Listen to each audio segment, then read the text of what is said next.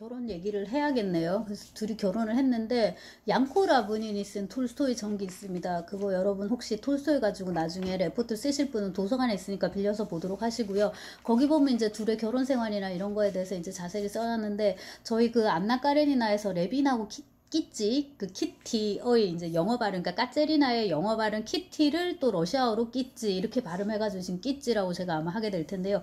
이 끼찌하고 레빈의 이제 그 청혼 방식 결혼 이게 이제 톨스토이와 소피아의 그거를 그대로 이제 가지고 와서 쓴 겁니다. 백목으로 이렇게 사랑 고백하고 등등등 그렇게 이제 죽고 못 살아갖고 둘이 결혼을 했는데 막상 결혼을 해보니까 이게 좀 쉽지가 않은 거죠. 그리고 소피아 같은 경우에는 도시에서 이제 살았었는데 시골에 가서 살려니까는 이제 답답한 그런 것도 있고 그 다음에 이제 톨스토이는 누가 봐도 굉장히 정욕이 강한 작가였던 걸로 누가 봐도라고 제가 했는데 이제 그건 톨스토이가 그렇게 고백을 하니까 그러니까 톨스토이보다 그 성욕이 강하고 정욕이 저기한 사람은 물론 얼마든지 있을 수 있는데 그거에 대해서 그렇게 쓴 거는 돌소이밖에 없는 거예요. 그 점을 이제 염두에 두시고요. 그런데 이제 소피아는 별로 그러지 않았다. 그래서 이제 초창기 결혼 생활 상당히 이제 힘들었던 걸로 그 다음에 이제 이것도 레빈하고 똑같은데 톨스토이가 그 청년 시절에 이제 이렇게 했던 그런 것들을 일기로 다 기록을 해 뒀었는데 그거를 소피아에게 그대로 다 보여주게 됩니다. 괄호치고 장인의 허락하에 이것도 되게 재밌는 거죠. 장인 어르신 이거 보여줘도 될까요? 그래 보여줘라 이래갖고 이제 해가지고 다 보여준. 그래서 이제 초반에는 이제 어쨌거나 힘들었지만은 그래도 둘의 이제 그 결혼 생활은 굉장히 안정적이었던 걸로 그렇게 보이고 뭐 밀월이라고 해도 좋을 것 같습니다. 그래서 여러분 보시면은 1861년에는 역사적으로 농노 해방령이 선포가 되게 되는데요. 이 60년대에 이제 도스옙스키는 엄청난 사상 소설을 쓰거든요. 범죄 소설, 죄와벌, 그다음에 정치 소설, 악령, 그다음에 이제 종교적인 어떤 그런 걸 갖고서 악령 앞에서는 백치 이런 걸 쓰게 되는데 톨스토이는 전쟁과 평화를 씁니다. 농노 해방령이 선포됐고 결혼을 했고 그다음에 63년 보십시오. 장남 세르게이 출생, 64년 장녀 따찌아나, 그 다음에 66년 보시면은 차남 일리아 이렇게 씁니다. 제가 이렇게 다 태어납니다. 제가 아마 그 다음에는 굳이 안 썼을 거예요. 그러니까 13명이나 태어나기 때문에 일일이 다 이제 쓸 수가 없는데 그 보시면 아이들이 태어나는 와중에 1862년에 까자크 사람들 발표 이랬는데 이게 이제 올레닌인가 하는 그 러시아 청년이 카프카스로 발령을 받습니다. 그러면서 이제 그쪽에 마리안칸가 하는 이제 현지처가 아니라 그러니까 현지 아가씨하고 이제 좀 사랑하게 되고 근데 그 아가씨가 이 올레닌하고 그 또 현지 남 총각이 있어요. 그 사이에서 이렇게 왔다가리 갔다리 하다가 쟤한테로 가는 그런 류의 이제 스토리인데 그게 이제 낭만주의 젊은 그 군인 톨스토이의 이제 모습이 여기 반영돼 있는데 이 까자크 사람들이 좀 깁니다. 그래서 이제 톨스토이가 조금 명실상부한 장편에 다가가고 있다는 이제 그렇게 분석 가능한 소설이고요. 그 다음에 이제 본격적으로 전평을 이제 쓰기 시작하는데 요게 원래는 65년 보시면은 12월 당원이라고 제카브리스트 사건 12월 제카브리스트 그 사건을 이제 배경으로 해서 원래는 이제 쓰기 시작을 했는데 쓰다 보니까 더 뒤로 그러니까 역사적으로 더 뒤로 가가지고 나폴레옹 전쟁을 이제 다루게 됩니다. 1812년 이제 그 그냥 조국 전쟁, 그다음 이제 대조국 전쟁은 나중에 그 스탈린그라드 공방전 것이기 그 히틀러하고 스탈린이 이제 싸우는 건데요. 이쪽에 이제 1차 조국 전쟁을 이제 주된 사건으로 하는 그 이제 전평을 쓰게 됩니다. 근데 이제 처음에 보시면은 65년에 발표할 때는 1805년이에요. 그래서 그 전 아주 이제 옛날부터 이제 짚어가지고 가게 됩니다. 아우스트리츠 전투를 이제 다룹니다. 처음에는 그러다가 이제 보로지노 전투로 이제 가게 되고요. 여기 보시면은 넘겨야 됩니다. 67년에 이제 왕관이 됐다라고 돼 있고요. 제가 삼남까지도 썼네요. 69년에 삼남 레프 출생, 전쟁과 평화 사건 왕관 이렇게 이제 썼는데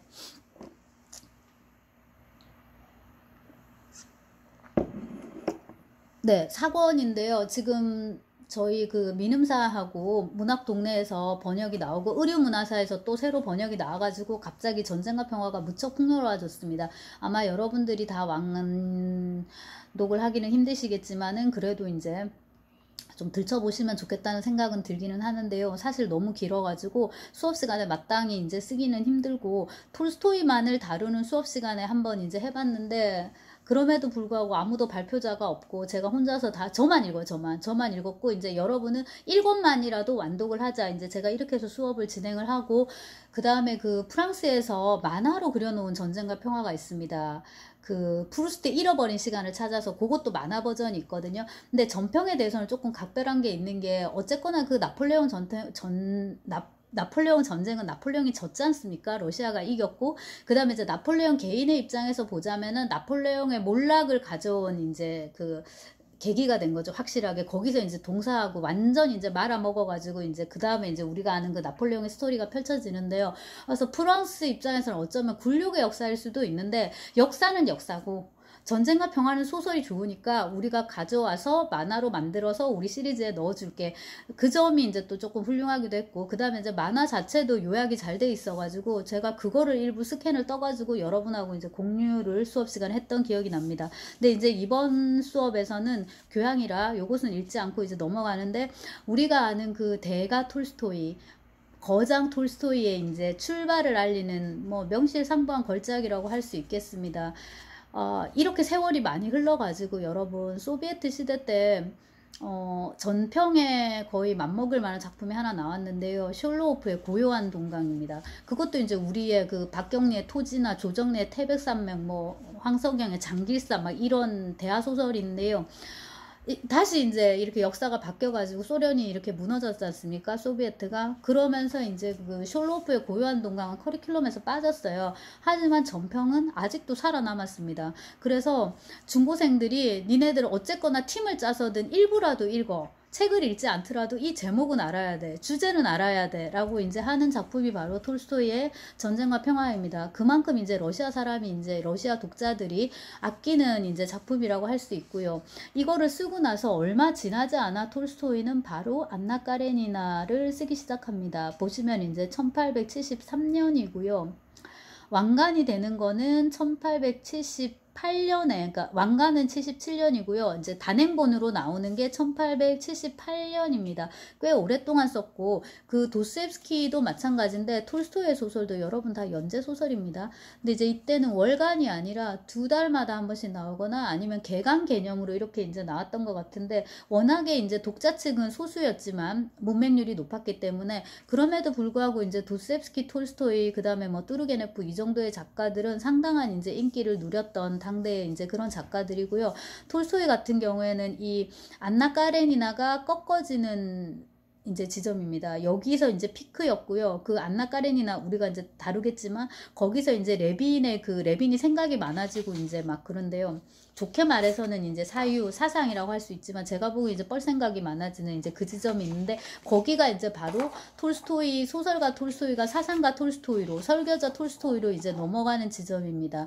그런 변화가 안나 까레니나에서 조금 보인다고는 하지만, 그럼에도 불구하고 전쟁과 평화와 안나 까레니나를 쓸 때 톨스토이는 정말로 대단한 소설가 톨스토이라고 이제 할 수 있습니다. 근데 놀라운 대목은 뭐냐면은 톨스토이는 이렇게 그 자기의 소설가로서의 역량이 정점에 달했을 때도, 이렇게 어마어마한 걸작을 쓰고 있는 동안에도 스스로를 직업적인 작가로 여기지 않았다는 것, 바로 이 대목입니다. 그리고 이제 나이가 들수록 자기의 이 저작들을 다 부정하기 시작하고, 심지어 믿거나 말거나 이제 어떤 일화가 전해지냐면, 나중에 이제 톨스토이가 나이가 들고 나서 이렇게 자기 소재를 보는데 무슨 책이 하나 있는 거예요. 그래서 이래가지고 꺼내가지고 이제 이렇게 읽는 거죠. 읽는데 보니까 이렇게 꺼내가지고 보는데 이거 재미있는 거예요. 이거 누가 썼지? 했는데 알고 보니까 바로 이 안나 까레니나였다 라는 식의 이제 우스갯소리가 전해질 정도로 이제 말년에는 이걸 이제 순문학을 멀리하게 되는 그런 게 있고, 그것도 그 전부터 사실은 시작됐다는 걸 이제 제가 강조하고 싶은 겁니다. 도스옙스키 같은 경우에는 먹고 살아야 되니까 소설을 써서 자기가 직업 작가, 전업 작가라는 거에 큰 자부심이 있었고, 톨스토이는 반대로 문학하는 거, 소설 쓰는 거, 이거는 귀족의 소일거리다, 호작질이다 라고 이제 끝까지 이제 생각을 했던 거죠. 근데 이제 글을 쓰고자 하는 사람들한테는 굉장히 열받는 그런 대목, 진짜 재수없는, 네. 열과 성을 다해서 쓰는데도 우린 이거밖에 못 쓰는데, 톨스토이는 끼적여가지고 이제 이 수준으로 이제 쓰게 되니까 굉장히 열받게 되는 이제 그런 측면이 있습니다. 자, 보시면 안나 까레니나 얘기는 나중에 따로 할 겁니다. 안나 까레니나 쓰고 나서 이제 도덕 종교 철학에 이제 심취를 하게 됩니다. 제가 편의상 심취라고 했는데 톨스토이는 뭐에 잘 심취하는 것 같지는 않아요. 공부는 굉장히 열심히 하는데 자아가 너무 강하기 때문에 어떤 거를 읽어도 그게 톨스토이를 꿰뚫는 것 같지는 않더라고요. 흔들리지 않아요. 흔들릴 이유도 없고 도스옙스키는 푹푹 빠지는 것 같은데 그리고 이제 충격도 많이 받고 거기서 헤어나오기 위해서도 또 애쓰고 이러는 것 같은데 톨스토이는 쇼펜하우어도 많이 읽고 젊어서는 루소도 많이 읽었고요. 그래서 이제 사회운동, 계몽운동 이런 것도 많이 하게 되고 말년에는 노자, 공자 뭐 이렇게 불교도 좀 이렇게 하고 그래 저기 도교 막 이런 거 다 동양 철학에도 심취하게 되는데 그거가 자기 생을 막 흔들 정도로 그렇게 큰 타격을 줬던 것 같지는 않더라고요. 아마도 이제 그것이 그 러시아의 유서 깊은 귀족 가문의 후예이자 어마어마한 땅덩어리의 소유자 톨스토이의 그 영지가 제가 그때 수치를 한번 비교를 해봤는데 정말로 경상도입니다, 여러분. 경상도 이 전체 땅덩어리보다 그렇게 적지 않더라고요. 그만큼 이제 영지를 가지고 있었기 때문에 사실은 평생 그거 관리하고만 살았어도 뭐 이생 7, 80년 뭐 충분히 살 수 있는 그런 이제 사람이었는데 이렇게 작가로서 이런 것까지 이제 했다는 거죠. 근데 톨스토이는 그 문단에서 살아남아야 되는 강박이 있었던 건 아니잖아요. 직업 작가가 아니니까. 그래서 제가 거기 그 80년에 뽀시킨 동상 제막식을 썼는데 거기에 불참했다라는 걸 썼는데 이게 그 당시 러시아에서는 굉장히 큰 행사였나 봐요. 그래서 도스옙스키가 그 동상 개막식에서 연설을 하고 뚜르게네프도 또 연설을 하고 둘이 원래 돈 문제 때문에 싸워가지고 왼수가 됐었는데 이참에 이제 부둥켜 안고 얼싸안고 아주 화해를 합니다. 근데 톨스토이는 뭐 굳이 이런 데 가가지고 자기 바쁜데 그럴 필요가 없는 거예요. 그냥 레빈처럼 이렇게 풀을 베도 되고 이때 5월 6월 막 이러니까 한창 농번기니까 그냥 그때 가서 일을 해도 되는 그런 거여가지고 불참을 이제 하는 거죠. 자, 그리고 81년에 이제 도스옙스키가 죽습니다. 하지만 톨스토이는 앞으로 한참을 더 살게 됩니다. 그리고 이제 그 도스옙스키의 부흥과 관련해서 톨스토이가 보인 반응은 제가 그 화상 강의에서 이제 얘기를 했던 걸로 이제 기억이 되네요. 자, 보시면은 그 다음에 요 무렵부터는 이제 민화를 많이 쓰게 되는데 여러분 제가 사람은 무엇으로 사는가 81년에 써놨습니다. 이거 제가 번역을 지금 해야 되는데요. 요거를 비롯하여 민화 작가로서의 톨스토이가 있습니다. 사람에게는 또 얼마만큼의 땅이 필요한가 그 밖에 뭐 바보 이반이라든지 뭐 일리아스라든지 촛불이라든지 우리말로도 다양하게 번역을 좀 바꿔가지고 사람은 무엇으로 사는 건가 이게 그 구두장이 마틴인가요? 아 이건 세면이구나. 그래서 아무튼 이제 많은 민화를 이제 쓰게 되는데 요거를 보면은 그 하늘이 정말 이렇게 불공평하구나 라는 걸 알게 되는 것이 너무 잘 써요 톨스토이가. 네, 이것은 이제 할아버지 톨스토이가 말하자면은 그 손주들한테 손자 손녀들한테 이제 읽히려고 그 이게 쓰는 거거든요. 그래가지고 다양하게 이제 연재한 것도 있고 그냥 이렇게 쓴 것도 있고 하는데 100% 톨스토이의 창작물이 아닌 경우도 많습니다. 어디 우화 같은 거에서 가지고 와가지고 이제 자기가 이렇게 쓰는 거죠. 우리 같으면 콩쥐 팥쥐 흥분울부 이런 걸 이제 가져와가지고 요즘식으로 조금 바꿔보기도 하고 고전의 그 문체만 좀 요즘식으로 좀 다듬어서 이렇게 써보기도 하고 그러는 건데 뭐를 써도 톨스토이는 잘 쓰더라고요. 그리고 이제 아마 이런 거를 쓰면서 내 안의 악마를 이제 톨스토이는 다스려 갔던 걸로 이렇게 보이고 그 노년으로 중년 노년으로 갈수록 아내와의 그 불화가 심해집니다. 85년 보십시오. 사유재산을 부정하고 그로 인해서 아내와의 불화가 심해지고 모든 저작권을 아내에게 양도한다라고 돼 있는데 체르트코프인가? 제가 갑자기 또 이름이 생각이 안 나네요.